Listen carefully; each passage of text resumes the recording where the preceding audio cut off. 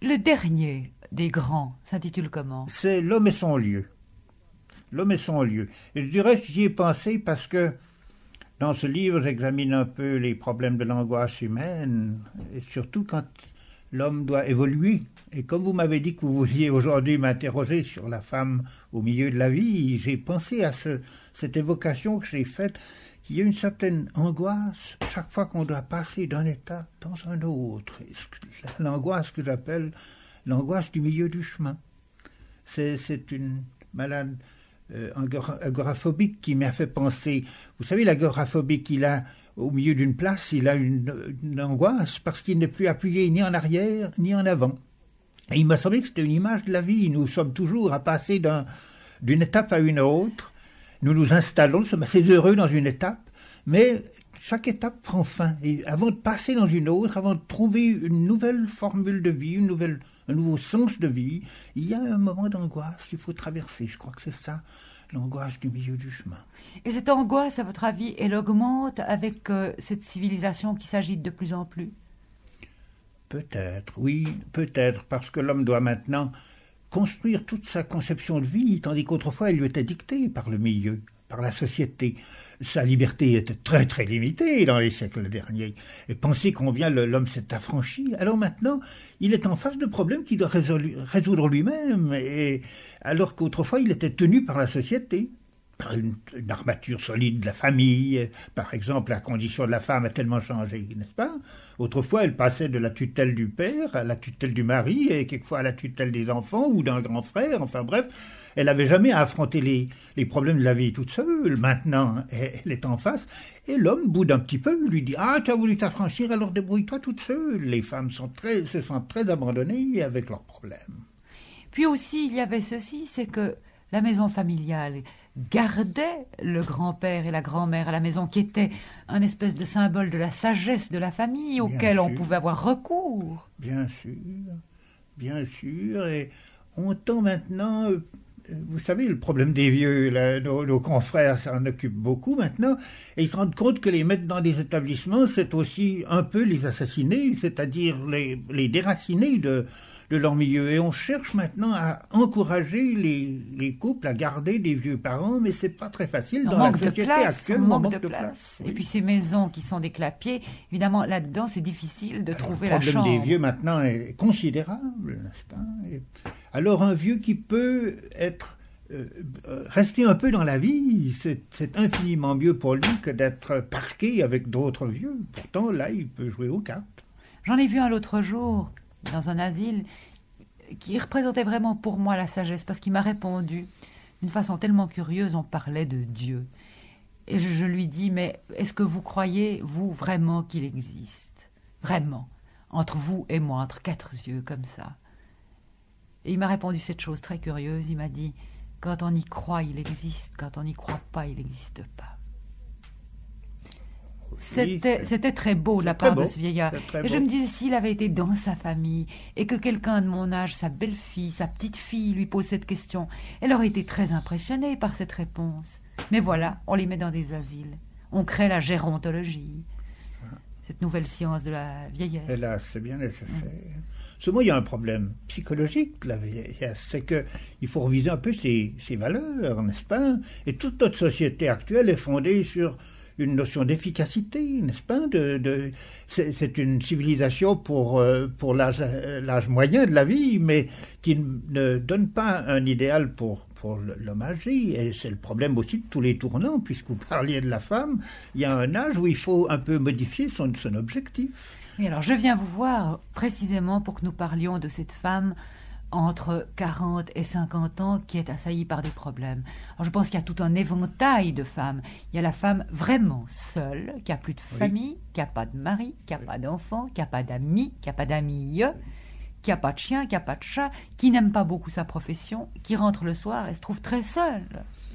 Oui, et qui quelquefois, quand elle est plus jeune, rêvait encore beaucoup, croyait à une solution presque magique, qu'un prince charmant allait arriver. Et une fois qu'un certain âge vient, les chances de mariage, ou en tout cas de bonheur sentimental, s'effritent. Et elle sent bien qu'alors elle ne peut pas passer sa vie à attendre dans le vide. Et puis, que mettre à la place? Que mettre à la place une fois qu'il y a des illusions et qu'on se rend compte qu'il y a peu de chances d'obtenir ce qu'on a toujours rêvé? Il faut, on n'ose pas dire un idéal de remplacement, mais c'est quand même bien cela. Et puis, vous parliez tout à l'heure de sagesse. Brusquement, on se trouve devant des problèmes de sagesse auxquels on n'a pas pensé dans la jeunesse.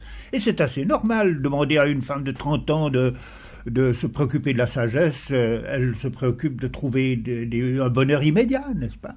Mais au fur et à mesure que les années passent, on se rend bien compte qu'alors, il faut autre chose. Puis elles auraient peut-être pu se faire une vie, mais comme dans la fable de La Fontaine, elles ont dit du goujon, et puis pour finir, il n'y a plus de poissons. Oui, mais vous savez, c'est le problème de toutes les femmes, une femme mariée aussi. Elle a été très affairée, elle a eu presque une plénitude avec des petits poupons, c'est la féminité par excellence, c'est d'adorer les petits poupons. Et puis ces petits poupons deviennent grands. Et au moment où ils arrivent à l'âge de l'affranchissement, elle ne croit pas du tout qu'elle passe une crise. Elle pense que c'est ses enfants qui sont malades et qu'il faut envoyer chez le psychologue parce qu'ils manquent de reconnaissance envers leur mère. Mais elle s'insurge encore à ce moment-là à l'idée, devant une loi de la vie, c'est que les oiseaux doivent quitter leur nid. Et c'est très dur pour la femme de voir ses enfants quitter le foyer. Et puis elle s'est consacrée à ses enfants et souvent le lien avec le mari s'est beaucoup relâché pendant ce temps. Le mari, pendant ce temps, il a été dans des sociétés et ils n'ont plus grand-chose à se dire. Elle se trouve dans une solitude. Oh, c'est affreux, ils n'ont plus grand-chose à se dire. Ah, vous savez, mon ami Beauvais, le grand spécialiste du mariage, a dit que l'ennemi numéro 1 du mariage, c'est l'ennui. C'est Pierre Beauvais qui a dit ça? Non, c'est Théo Beauvais. Théo Beauvais, le spécialiste du mariage. L'ennemi numéro 1 du mariage, c'est l'ennui, et je crois bien qu'il a raison. Mais comment est-ce qu'il peut se créer l'ennui entre deux êtres? Ah, quand il n'y a pas de dialogue. Et quand on a perdu le sens du dialogue. Et quelquefois, l'amour, au sens juvénile et instinctif du terme, en tient lieu pendant quelque temps. On croit à une certaine plénitude, et puis souvent, des couples s'aperçoivent un jour qu'il y a manqué l'élément essentiel, celui qui peut durer jusqu'au soir de la vie, celui d'un vrai dialogue de personne à personne. Oui, mais vous me parliez tout à l'heure de cette femme qui, au fond, perd ses enfants parce qu'ils s'en vont, ils s'envolent du nid. Mais elle aura des petits-enfants en compensation. Et ça sera une joie formidable. Oui, joie formidable, à la condition qu'il n'y ait pas de conflit avec sa belle-fille, n'est-ce pas? Oui, et que sa belle-fille veuille bien lui donner de temps en temps ses enfants. Mais il faut aussi dire, on voit toutes sortes de choses. Il faut aussi dire que c'est plus facile d'être grand-mère que maman. C'est plus facile d'accorder tout à un petit enfant. Moi, je crois que c'est tout autre chose. Quand on est grand-maman. Moi, je suis grand-papa et je me rends bien compte qu'être grand-père ou grand-mère, c'est tout autre chose que d'être père ou mère. C'est une expérience d'un autre ordre. On n'a pas ce sentiment de responsabilité qu'on avait quand on était père ou mère. Et en même temps, il y a une certaine saveur. Oui, la vie prend plus de saveur au fur et à mesure qu'on avance. Là, je m'oppose fortement à ceux qui croient que la vie est décroissante après la moitié. Au contraire, elle devient infiniment plus riche si on accepte de vivre son âge. Ce qui est fou, c'est de rêver d'être encore à un âge de jeunesse quand on n'y est plus. Seulement, au fond, tour à tour, nous jouons aux vieux ou nous jouons aux jeunes, nous avons rarement notre véritable âge, et une femme au milieu de la vie, pendant quelques minutes, elle va jouer à la jeune femme, et après elle va jouer à la vieille femme. C'est très difficile d'évoluer harmonieusement.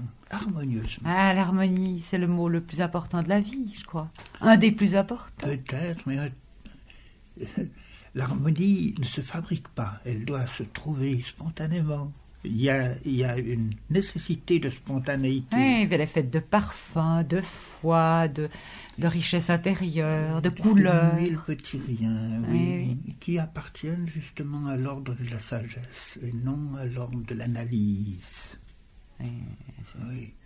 Alors maintenant, il y a aussi cette femme entre 40 et 50 ans qui alors, elle, a une profession qui la passionne et qui remplace un peu l'homme qu'elle n'a pas. Elle s'y est peut-être plongée d'autant plus fort que justement elle voulait inconsciemment y oublier tous ces autres objectifs de femme qu'elle a sacrifiés un peu à sa profession. Elle s'aperçoit un jour qu'au fond elle a vécu là une vie un petit peu masculine et que peut-être il lui manque une certaine vie de poupée qui lui a manqué parce qu'elle est entrée dans la vie un peu comme un homme.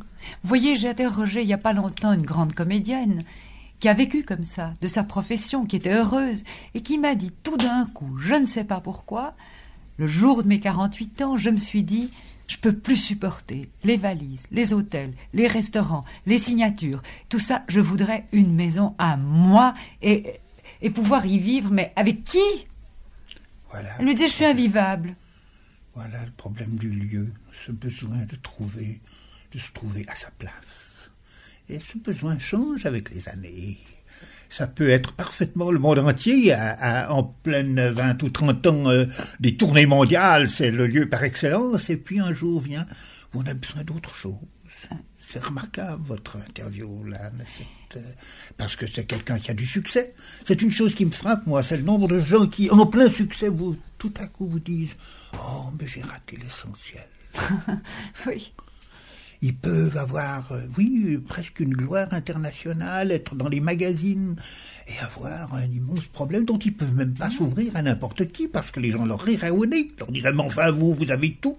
Ils ont tout et voilà que l'évolution, les années qui passent, leur posent des problèmes qui leur font réaliser qu'il leur a manqué quelque chose d'essentiel. Et évidemment, l'essentiel, ça peut être que quelque chose qui ne dépend plus des années, qui ne dépend plus de la jeunesse, qui ne dépend plus des faits, mais qui est plus poétique, plus intérieur, plus spirituel, quelle que soit la forme que cela prend. Ramu a dit une chose que je trouve merveilleuse, c'est dans l'histoire du soldat.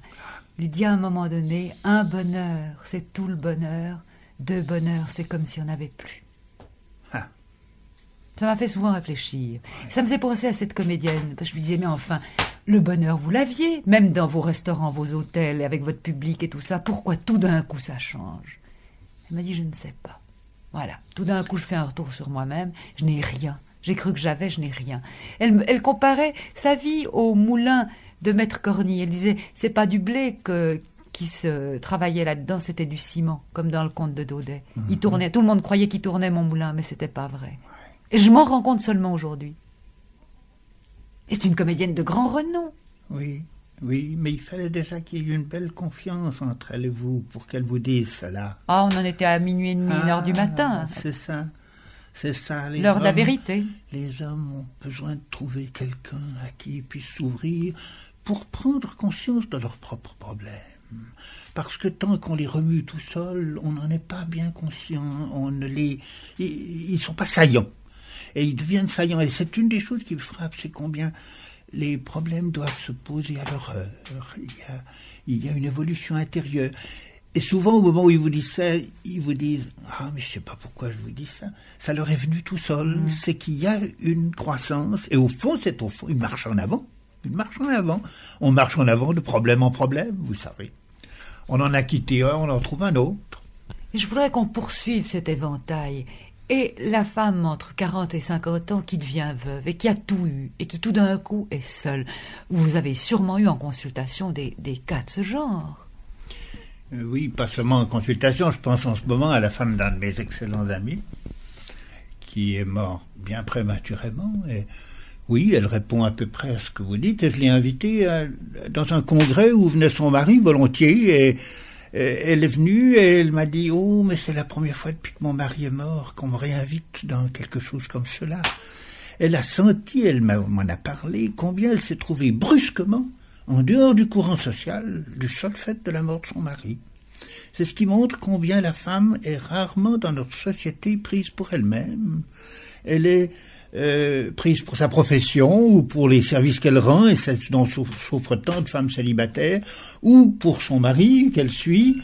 Elle a la situation sociale de la femme mariée, mais si le mari disparaît, elle est stupéfaite elle-même de voir que ça se coupe comme si on avait coupé le courant.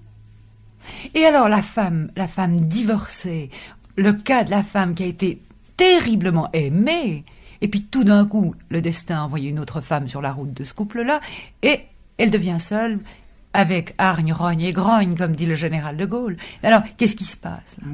Oui, et la femme qui, pendant les temps où de menaces de divorce étaient volontiers consolées par des tas d'hommes, elle pouvait penser qu'elle serait très entourée, et qui, le jour où le divorce est prononcé, se trouve dans un désert affectif.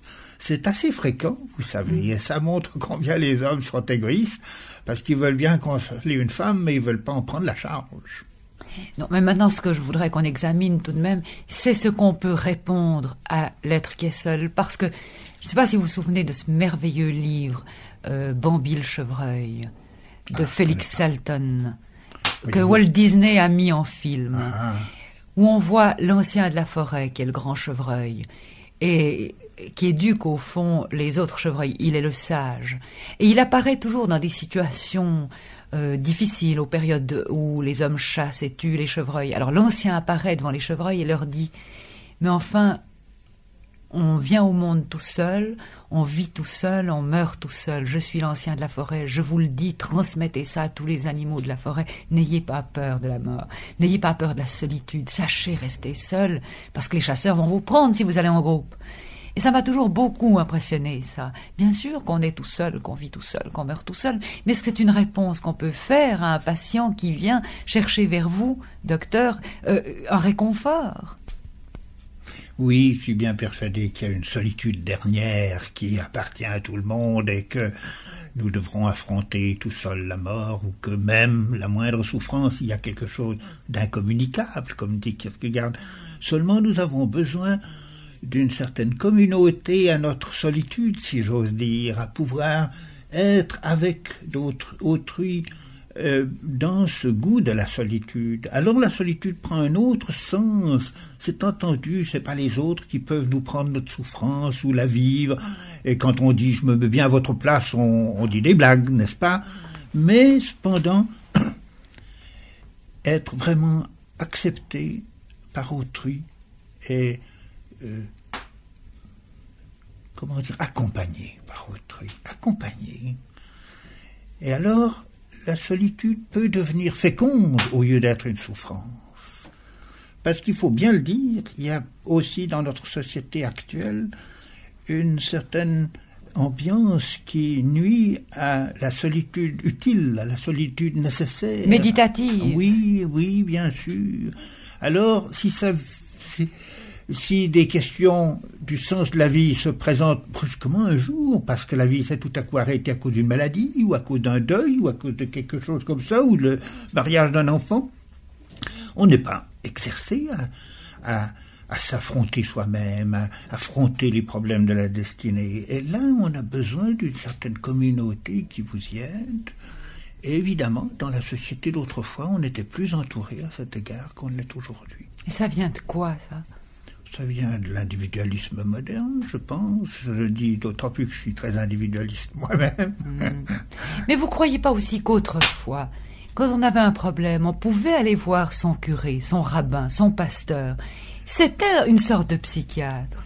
Oui. Aujourd'hui, c'est difficile. Les psychothérapeutes ont un peu pris ce rôle maintenant, mais je pense parce que l'Église a manqué un peu à sa tâche. Et elle fait des progrès maintenant. Il y a vraiment dans toutes nos églises une certaine pénétration de la psychologie qui en fait des hommes capables de recevoir des confidences. Mais il y a eu un temps où on donnait des réponses toutes faites. Un verset biblique, on croyait avoir tout résolu. À brebis tendue, Dieu mesure le vent. C'était souvent faire plus mal encore à ceux qui venaient. Mais il y a un grand progrès de nos églises, je crois qu'il faut bien le dire. Mais ici, dans cette petite chambre, je pense que vous avez reçu beaucoup de confidences. Évidemment, c'est vrai. Et je voudrais que vous me disiez un secret. Vous avez un feu de cheminée qui est perpétuellement allumé ici. Oui, il vous aide. En hiver, oui. Il vous aide beaucoup. Ah oui, je pense que c'est le symbole de ma fonction, de ma vocation, de ma mission, parce que oui, les gens viennent me voir, mais ils ont besoin de voir autre chose. Alors, nous regardons ensemble le feu. C'est un lien qui n'est pas un lien de eux sur moi, mais de nous deux ensemble sur la vie. Le feu, ça représente la vie, enfin toutes sortes d'autres choses, mais enfin, entre autres, la vie, c'est justement quelque chose de vivant. Et là, vous Vous savez le mot de Saint-Exupéry, l'amour, c'est pas se regarder l'un l'autre, mais de regarder ensemble, dans une même direction. Au fond, je suis là à regarder avec les uns et les autres, avec cette diversité extrême d'hommes et de femmes qui viennent chez moi, regarder leur avenir, regarder leurs problèmes. Je le regarde avec eux, c'est ça qui est le problème. Il ne s'agit pas de leur donner des conseils, les hommes n'ont pas tellement besoin de conseils. Ils ne les suivent pas tellement. S'ils les suivent, ils sont mineurs, s'ils les suivent pas, ça sert à rien. Tandis qu'ils ont besoin d'avoir quelqu'un qui regarde avec eux, qui regarde en face avec eux, qui regarde la vie, qui cherche à découvrir dans leur vie le vrai sens de la vie, et qui est différent pour chacun. C'est cette diversité extrême des hommes qui me frappe toujours. Chacun doit trouver sa propre solution. Mais toutes ces femmes seules que nous avons évoquées, est-ce qu'elles trouvent, pensez-vous, des compensations, et lesquelles, pour réussir finalement à retrouver leur équilibre? Oui, on parle de sublimation, mais au fond, moi je pense que c'est très rare une vraie sublimation. Très très rare. Et que ça demande, comment dire, un petit miracle, n'est-ce pas? Ça demande une grâce, quelque chose qui ne se fabrique pas, qu'on ne peut que recevoir, mais qui est au fond la seule solution. Il faut bien reconnaître que les grands problèmes de l'existence n'ont pas de solution humaine. Vous-même, vous avez une vie très méditative et solitaire. Oh, pas aussi méditative que je le devrais, mais enfin, plus je crois que beaucoup de mes contemporains, c'est entendu. J'aime bien la méditation, de toute manière, même au volant de ma voiture. Et vous pensez que maintenant, avec la vie que nous menons, c'est difficile de penser? Les gens ont de la peine à penser, à méditer? Plus les choses sont difficiles, plus elles sont nécessaires. Et c'est justement d'hommes qui peuvent garder une source profonde à leur vie que peuvent venir des solutions. Parce que la société ne fournit que des pseudo-solutions, n'est-ce pas? Des apparences de solutions, mais des solutions véritables, il faut toujours les découvrir soi-même. Maintenant, avant de vous quitter, devant ce feu symbolique, je voudrais savoir si vous allez bientôt écrire un nouveau livre. Ah, j'espère bien m'y remettre. Vous savez, il y a un lien mystérieux entre nous et nos lecteurs. Et j'écris pas pour écrire, moi j'écris pour donner un reflet de ce que je vois dans cette position privilégiée que je suis. Parce qu'au fond, moi je suis un petit microphone, là, qui, à journée faite, entend des tranches de vie, des réalités de vie. J'ai conscience d'être très privilégié, de voir la vie comme elle est, et de devoir un peu la restituer, la rendre. Et écrire, pour moi, c'est rendre un peu de ce que je reçois. Vous n'écrirez jamais un livre sur l'harmonie? Vous m'en avez parlé tout à l'heure. Oh, c'est trop difficile. C'est trop difficile. Vous savez, moi, je m'attaque pas au sujet trop difficile. Oh, médecine de la personne, c'était difficile. Oh non, mais ça a failli, ça. Puis c'était un peu une œuvre de jeunesse. Plus on avance, plus on est prudent. Il y a 40 ans qu'on m'a demandé d'écrire un livre sur l'amour. Et j'ai toujours dit, mais je peux pas, moi, c'est trop vaste, c'est trop difficile. Je laisse ça à des gens plus didactiques que moi. Mais j'ai du goût pour écrire parce que c'est un dialogue avec mes lecteurs. C'est leur apporter un peu de mes réflexions en face de la vie, des expériences des autres qu'on m'apporte. Et au fond, d'essayer de poser sur la table des problèmes. Par exemple, souvent des gens m'écrivent qu'après m'avoir lu, ils se mettent à causer avec un ami, avec un couple, et à aborder des problèmes qu'ils n'auraient pas abordés sans ça. Ça, c'est ma joie, c'est de penser que je peux aider les hommes à affronter les problèmes de la vie. Mais en conclusion, je crois qu'on peut dire que vous aurez fait plaisir à beaucoup de vos lecteurs en parlant à la radio. Ils auront entendu votre voix, ils vous ont lu. Ils vous connaissent peut-être pas en chair et en os, mais à travers la radio, vous savez, il passe beaucoup de choses et ils vous ont certainement vu maintenant. Eh bien, c'est l'occasion de vous remercier parce que il y a une chose que m'était promis de ne plus faire, c'est de parler à la radio au studio. Donc ce silence calfeutré, atroce, avec cette petite machine qui est un microphone. Il n'y a pas de feu de cheminée. Tandis que maintenant, vous venez ici, on parle dans mon cadre et c'est vivant. Au fond, moi, ce que j'aime, c'est la vie.